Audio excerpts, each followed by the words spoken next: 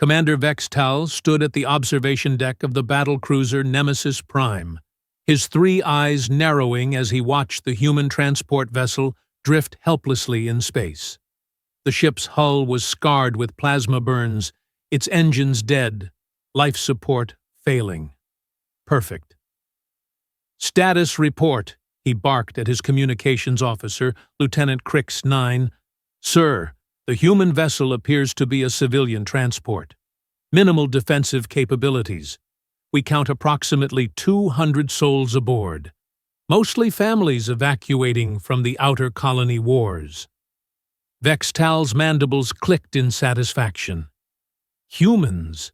Such fragile little creatures, yet they had somehow managed to spread across half the galaxy like a plague. Well, today would be different. Today, they would learn fear. "Excellent. Prepare the boarding parties. I want prisoners, not corpses. The High Command will want to study these specimens." But then something unexpected happened. A new blip appeared on their sensors, moving at impossible speeds. The tactical officer, a nervous Zeltharian named Quip 5, nearly fell from his station. "Commander! New contact! It is massive, sir!" The view screen shifted, and every being on the bridge felt their blood freeze. The creature that emerged from hyperspace was beyond description. It stood nearly 3 kilometers tall, its obsidian hide rippling with bioluminescent patterns that hurt to look at directly. Just one thing before we begin. YouTube tells me 94.3% of you watching aren't subscribed. Subscribing is free. It really supports the channel, and you'll get more amazing HFY sci-fi stories delivered straight to you. Don't miss out. 6 legs the size of city blocks supported a torso that seemed to bend reality around it. Its head? 8 burning eyes arranged in a crown pattern, each one larger than their entire ship. This was a Devourer, the apex predator of deep space, the nightmare that haunted every spacefaring species since the dawn of interstellar travel. "By the 7 moons of Kelthara," whispered Navigator Plix 12, his voice barely audible, "it is a Devourer-class entity." Vex-Tal's confidence evaporated like morning mist. These creatures were legend, myth, stories told to scare younglings. They consumed entire fleets for breakfast and picked their teeth with battleships. No weapon known to any civilization could even scratch their hide. "All stop!" he commanded, his voice cracking. "Power down weapons! Do nothing that might anger it." The Devourer moved with fluid grace that defied its enormous size, closing the distance to the human transport in seconds. Its massive head lowered toward the tiny vessel, and everyone on the Nemesis Prime held their breath. This was it. They were about to witness the complete annihilation of 200 human souls. The Devourer would probably swallow the ship whole, then turn its attention to them. Vex-Tal began composing his final thoughts to send home to his spawn mates. But then something happened that would haunt every crew member for the rest of their natural lives. A small figure emerged from an airlock on the human transport, without a pressure suit, without any protection whatsoever, just floating in the vacuum of space like it was a pleasant afternoon stroll.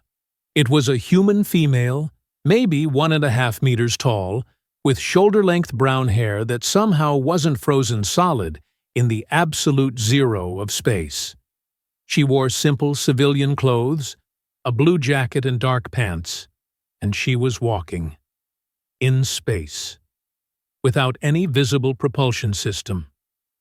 "What in the name of the Void Lords is she doing?" gasped Communications Officer Crix 9. The human woman approached the Devourer's massive head with the casual confidence of someone greeting an old friend.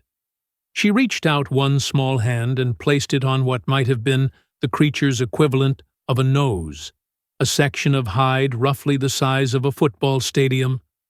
And then the impossible happened. The Devourer, this ancient terror that had haunted the nightmares of 1,000 civilizations, this unstoppable force of cosmic destruction that could tear apart planets with its bare claws, began to purr.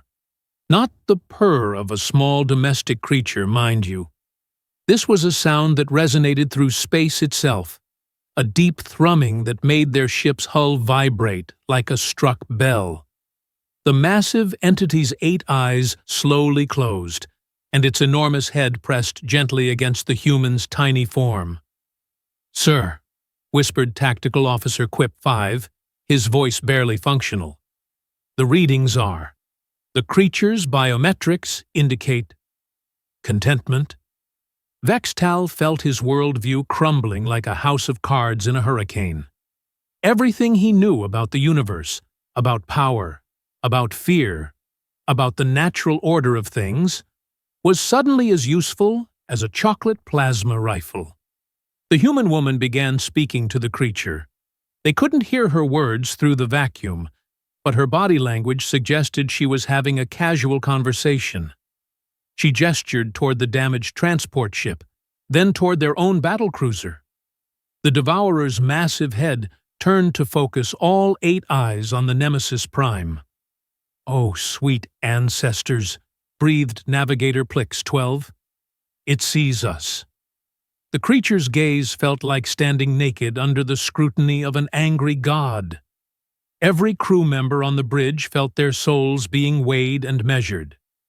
Some of the younger officers began whimpering. One fainted outright. But the human woman held up one small hand, palm facing the Devourer, in what appeared to be a calming gesture.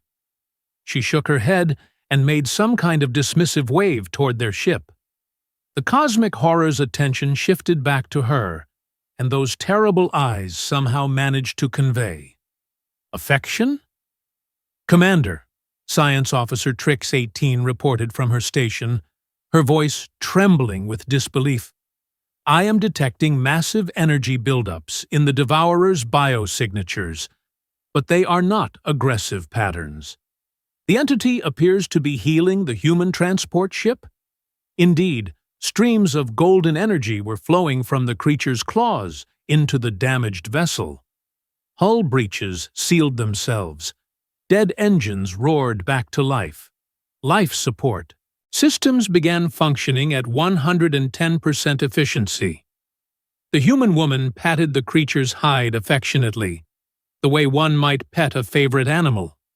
She said something else, and the Devourer actually seemed to nod its massive head before beginning to fade back into hyperspace. But before it disappeared completely, those 8 terrible eyes fixed on the Nemesis Prime one final time. The message was clear as starlight. "This human is under my protection. Touch her, and I will return to express my displeasure personally." Then it was gone, leaving only the faint taste of ozone and the lingering scent of fierce sweat on the bridge. The human woman turned toward their ship and, was she waving at them, like a friendly neighbor saying hello over the fence? She gestured toward her now fully functional transport, gave what appeared to be a cheerful thumbs up, and disappeared back through the airlock. Moments later, the human transport ship fired up its engines and warped away, leaving the crew of the Nemesis Prime floating in space with their mouths agape and their preconceptions thoroughly shattered. "Sir," Lieutenant Crix 9 finally managed to croak. "What? What are your orders?" Vex-Tal stared at the empty space where the transport had been, his brain still trying to process what he had witnessed. A human had not only survived direct exposure to the vacuum of space without protection, but had also somehow communicated with and commanded the most feared predator in known space. The creature had obeyed her like a well-trained pet. "Set course for home," he said quietly. "Maximum speed." "Sir?" "What about our mission? High Command expects us to return with human prisoners for study." Vex-Tal turned to face his communications officer, and Crix-9 took an involuntary step backward. The commander's expression was that of someone who had looked into the abyss and found it staring back with fond amusement. "Lieutenant, I suggest you forget our original mission. In fact, I suggest you forget everything you saw here today. Because if High Command learns that there are humans walking around who can command devourers like household pets, they will want to capture one. And if they try to capture one—" He paused, his voice dropping to a whisper. "I do not believe our species will survive the consequences."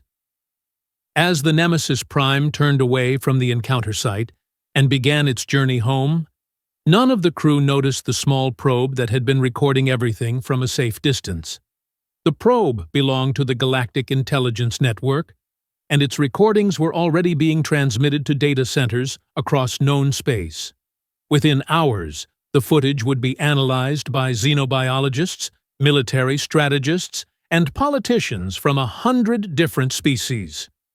The implications would send shockwaves through galactic civilization. Humans, it appeared, were not the primitive upstarts most species believed them to be. They were something far more dangerous. They were beastmasters.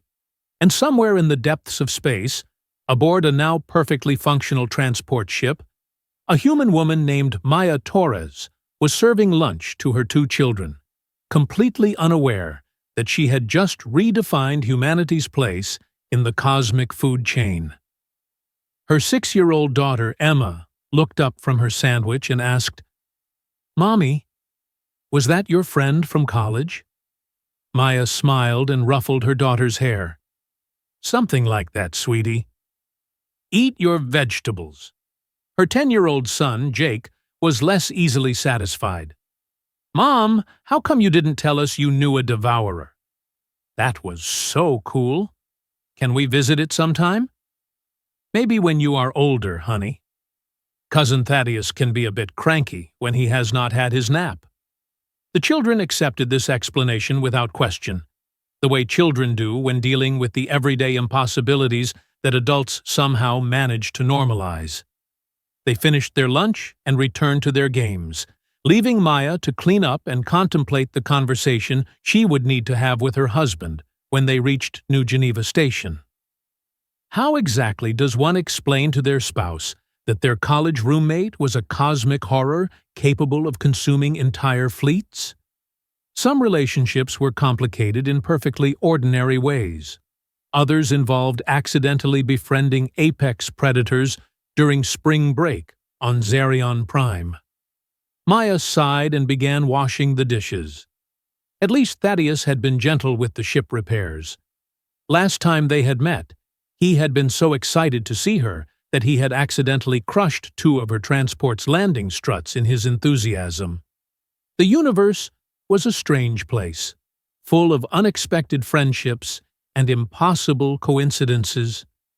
Maya had learned long ago not to question the beautiful absurdity of it all. She had bigger concerns anyway, like explaining to the New Geneva Station authorities why their ship's registration numbers had mysteriously changed during transit, or why their cargo hold now contained several tons of rare, crystalline formations that definitely had not been there when they departed. Thaddeus always had been overly generous with his gifts. Back on the Nemesis Prime, Commander Vex-Tal sat in his private quarters, staring at a glass of Keltharian brandy and trying to make sense of what he had witnessed. His tactical computer was running probability calculations on human combat capabilities, and the results were disturbing. If humans could command creatures like devourers, what other allies did they have lurking in the dark corners of space? What other impossibilities were masquerading as mundane colonial transport runs? He opened his personal log and began recording his thoughts, though he suspected no one would believe him. Personal log, Commander Vex-Tal, Standard date 2387.245. Today, I witnessed something that challenges every assumption our species has made about the galactic power structure. A human female displayed capabilities that suggest their species may be far more advanced than we previously estimated. Recommend immediate revision of first contact protocols and military engagement parameters regarding human territories. He paused the recording and took a long sip of brandy. The amber liquid burned pleasantly, but it did nothing to wash away the memory of those 8 cosmic eyes focusing on his ship with casual, terrifying indifference. Tomorrow, he would submit his report to High Command. They would probably think he had suffered some kind of psychological breakdown. They might even court-martial him for filing a false report. But tonight, he would drink his brandy and try to forget the sound of a cosmic horror purring like a contented house pet. Outside his viewport, the stars wheeled silently in their courses, holding secrets that civilizations across the galaxy were only just beginning to suspect. 3 weeks after the encounter, the Galactic Council chambers on Nexus Station buzzed with nervous energy. Representatives from 47 different species had gathered for an emergency session. Their various forms of appendages, tentacles, and pseudopods all gesturing frantically as they debated humanity's newfound status in the cosmic hierarchy. Ambassador Krex, Prime of the Hegemony Union, slammed his crystalline fist on the podium, sending sharp, ringing tones through the universal translators. The evidence is undeniable. The humans possess capabilities we never suspected. We must act before they realize their true power.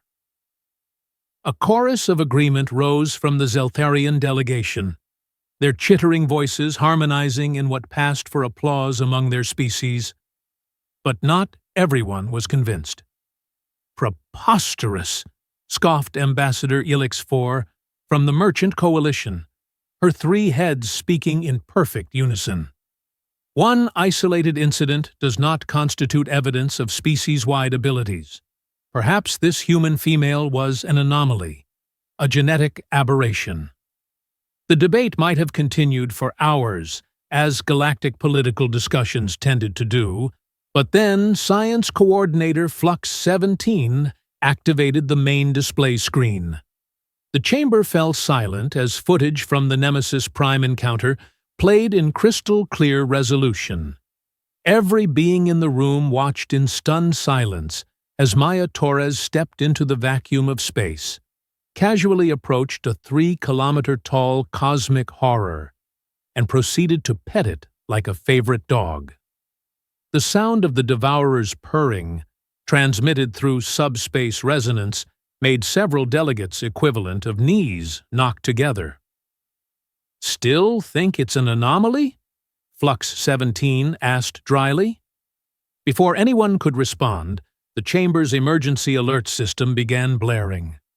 Admiral Gex, Superior of the Defense Coalition, rushed to the communications console, his normally composed demeanor cracking like cheap armor.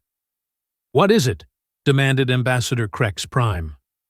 "Sir, we are receiving priority transmissions from 17 different sectors, all reporting similar incidents." The chamber erupted in panic.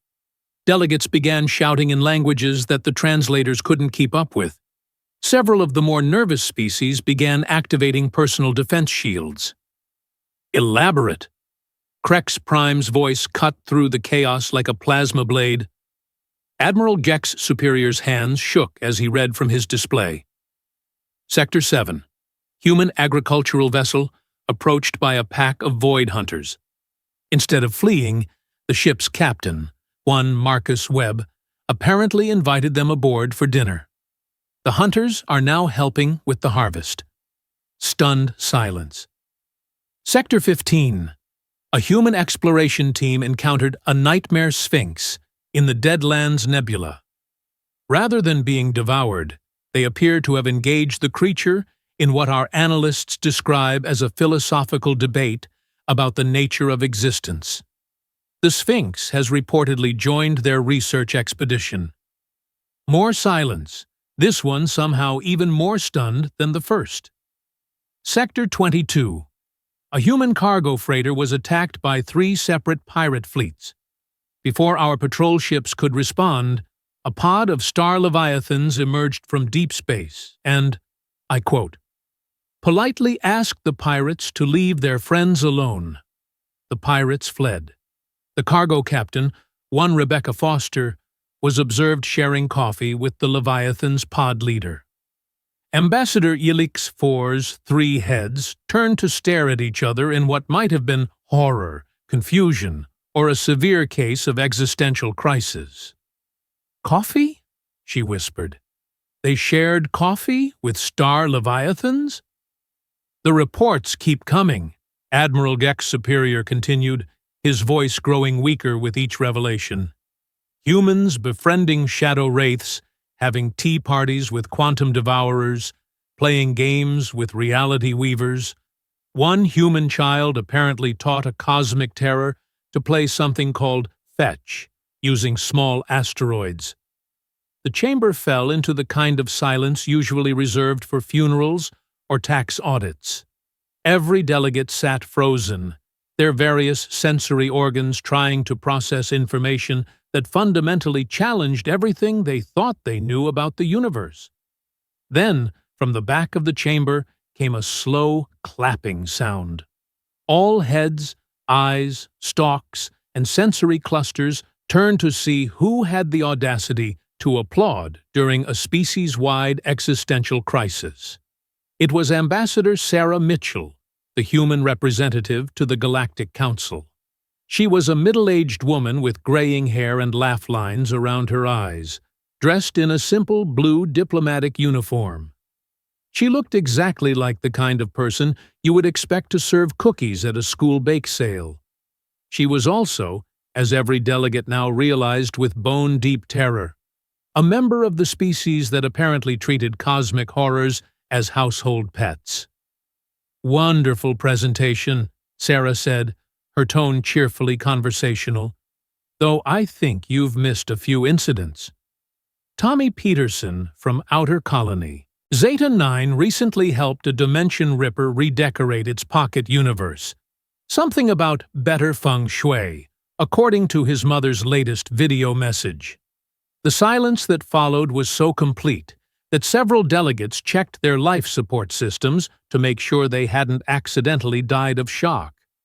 Sarah continued, seemingly oblivious to the growing hysteria around her. "Oh, and my nephew Kevin just started dating a lovely young woman whose roommate is apparently some kind of sentient dark matter entity. They're planning to double date next weekend. Kevin's bringing pizza." Ambassador Krex Prime slowly stood, his movements careful and deliberate, like someone trying not to startle a dangerous predator. "Ambassador Mitchell," he said, his voice barely above a whisper. Are all humans capable of these associations?" Sarah tilted her head, considering the question with the same thoughtfulness someone might use when deciding between tea or coffee. "Oh, not all of us. Some people are better with animals than others, you know. My sister Jane can't even keep houseplants alive, but my grandmother Rose once spent a summer camping with a family of entropy beasts. Said they were excellent conversationalists once you got past the whole reality-dissolving aura thing." The Zeltharian delegation began making high-pitched keening sounds that their translators helpfully identified as expressions of existential dread, mixed with involuntary respect. "But how?" gasped Science Coordinator Flux 17. "How is any of this possible? These creatures are supposed to be apex predators, cosmic forces of destruction, entities that exist beyond normal space-time parameters." Sarah's expression brightened, like a teacher whose student had finally asked the right question. "Oh, that's simple. Most of them are just misunderstood. Take Devourers, for example. Everyone assumes they're mindless destroyers, but they're actually quite intelligent. They just have trouble communicating with most species because of the whole existing partially outside conventional reality thing. Once you learn to speak their language, they're really quite sweet. You can speak their language? Ambassador Elix IV's middle head was making small choking sounds. Well, it's more like advanced mathematics, mixed with interpretive dance and a little bit of quantum empathy. But yes, my college roommate Thaddeus taught me during finals week. He was stressed about his dimensional physics exams. The implication hit every delegate simultaneously. Humans went to college with cosmic horrors. Admiral Gex Superior cleared his throat, a sound that came out as a series of harmonized whistles through his breathing apparatus. Ambassador Mitchell, I hope you understand the significant implications of what you're telling us. If humans possess the ability to communicate with and command entities that we consider existential threats to galactic civilization. Oh, we don't command them, Sarah interrupted, looking mildly offended. That would be rude. We just talk to them like people. Most cosmic entities are surprisingly lonely, you know. When was the last time any of your species tried to have a conversation with a nightmare sphinx instead of running away screaming? The chamber fell silent again. The answer was never.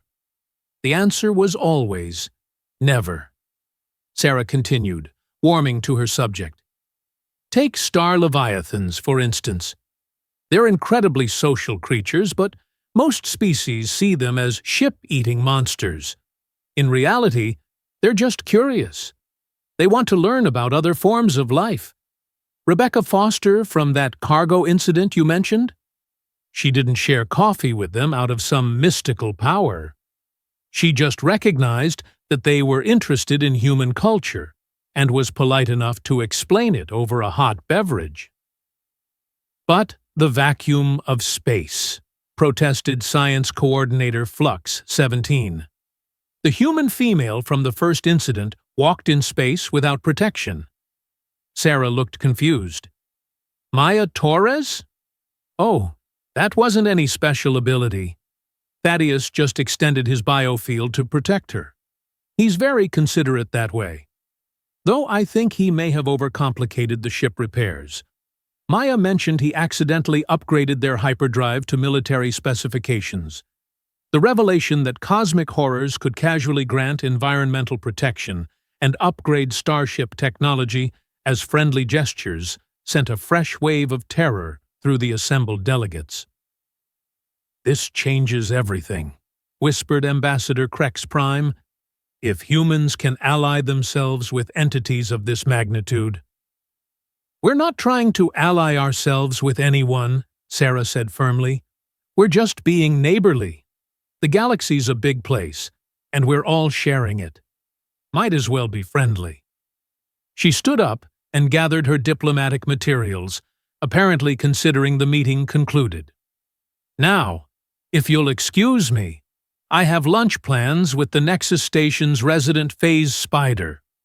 Poor thing has been hiding in the maintenance tunnels for months because everyone keeps trying to call exterminators. I thought I'd introduce her to some nice people and maybe help her find a proper apartment. As Sarah headed for the exit, she paused and turned back to address the terrified assembly. Oh, one more thing. My grandson Billy's school is doing a cultural exchange program next month. They're hosting visitors from several different reality layers, including some very nice chaos elementals, and what I think might be a juvenile universe eater. If any of your species would like to participate, I can pass along the contact information. The kids would love to learn about your different cultures. And with that, Ambassador Sarah Mitchell walked out of the chamber, leaving behind 47 species worth of delegates staring after her with expressions of bewildered terror. In the silence that followed, Ambassador Crex Prime slowly turned to Admiral Gex Superior. Admiral, I want you to issue new fleet-wide standing orders immediately. Sir? Under no circumstances are any of our vessels to engage human ships in hostile action. Any captain who so much as charges a weapon in the presence of human civilians will be court-martialed and sentenced to spend a month as Sarah Mitchell's gardening assistant. The Admiral paled several shades. "Sir, that seems rather harsh." "Admiral, that woman just casually mentioned that her nephew is dating someone whose roommate is made of dark matter, and she seemed more concerned about dinner plans than the fundamental restructuring of galactic power dynamics. I'm not taking any chances." Throughout the chamber, similar conversations were taking place as each delegation tried to process the new reality they found themselves in. The humans weren't conquerors or technological superiors or genetic aberrations. They were just really, really good at making friends. And in a universe full of lonely cosmic entities with the power to reshape reality, that might be the most terrifying superpower of all. 3 days later, Maya Torres received a priority message from the Galactic Tourism Board, officially designating all human-inhabited systems as cultural heritage sites of universal significance, and politely requesting that humans consider offering guided tours of their unique interspecies diplomatic approaches. Maya deleted the message and went back to helping her daughter Emma with her homework, which apparently involved calculating the orbital mechanics required for her pet probability dragon to visit next weekend. Just another day in the life of humanity's accidental diplomatic corps. The universe, as it turned out, was a much friendlier place once you bothered to say hello.